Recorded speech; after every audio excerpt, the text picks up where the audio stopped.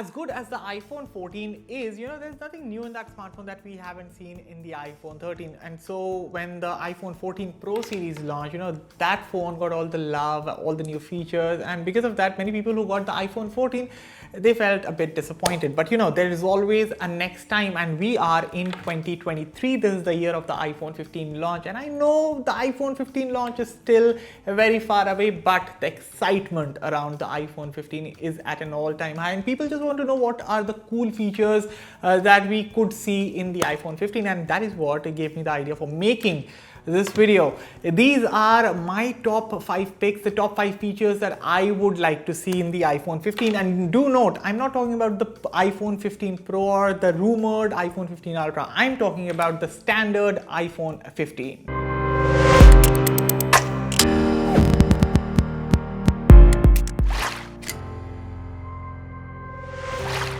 Now, before we get on with the rest of the video, consider hitting that red subscribe button for detailed tech videos, and also turn on the bell so that you don't miss any of our latest updates. Hello everyone, I am Aman, you're watching Fiber, and let's get started. So as I just said, as good as the iPhone 14 is, this phone missed out on one key feature that I felt that should have been on this phone, is that the high refresh rate screen. Now with the iPhone 15, I really feel that Apple should give us a high refresh rate screen on the iPhone 15. I'm not asking for a 120Hz screen, but at least give us a 90Hz display. Now we all know how great 60Hz on an iOS device on an iPhone works, and it is much better than how 60Hz is on an Android smartphone, but it can even be better with a high refresh rate screen. By adding us simply a 90Hz screen, it will be a very small addition for the budget of the iPhone 15. But if Apple does add a high refresh rate screen, then that will enhance the user experience in a big way. Now, the second thing that I would like to see on the iPhone 15 is the dynamic island, and I feel there's a high chance that dynamic island will show up on all the iPhone 15 models, including the standard iPhone 15. Now, as we all know, the iPhone 14 series launched. The 14 and 14 Pro, the 14 Pro and 14 Pro Max got the dynamic island, while the 14 and 14 Plus, they got the usual wide notch that we are accustomed to. And the dynamic island, it's cool.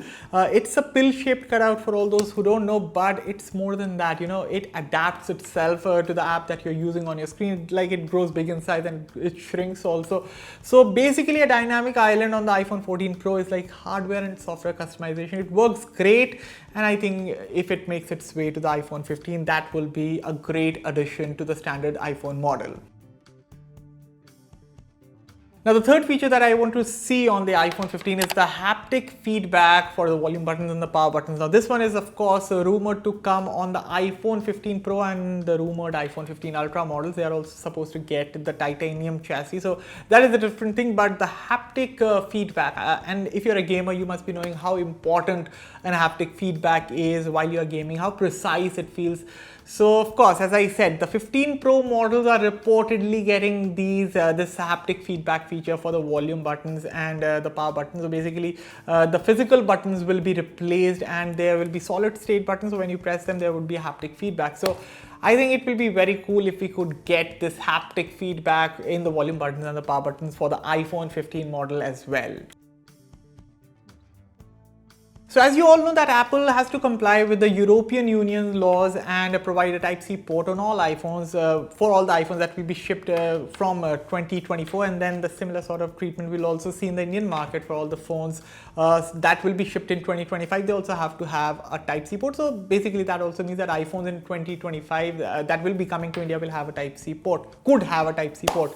But rumors have already been suggesting from a long time that the iPhone 15 models, the ones that are supposed to come this year in 2023, they could have the Type-C port, and specifically the 15 Pro could get the Type-C port, while the standard 15 and 15 Plus will get the Lightning port. But I feel that it will be great if Apple just gives a Type-C port on all iPhones this year. I mean, it all makes sense, right? Like, give all the iPhones a Type-C port and make life easier. One charger to charge all your gadgets.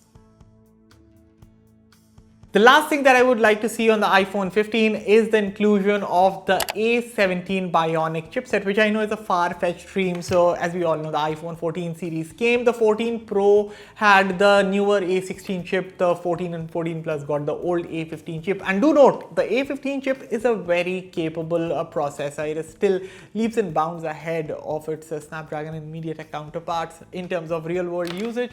But you know, new is new. If Apple could just give the A17 treatment to both the standard iPhone 15 model and the iPhone 15 Pro model, I think that will be great. And it's not just about the new chipset also. I mean, the A17 Bionic is reportedly built on a 3nm process by TSMC. So not only it's a new chipset, but it will also be faster, and most importantly, it will be battery efficient. And battery efficiency, I think it will be only great if all the iPhones could get a great battery endurance like across the board. And these were my top picks, the top 5 features that I would like to see in the standard iPhone 15 model. What are your inclusions? What would you like to see when Apple launches iPhone 15? What are the features that you want to see on the iPhone 15? Let me know all your thoughts in the comments below. And as always, for all the latest in tech, stay tuned to Fiverr. I'll catch you all in the next one. Thank you for watching.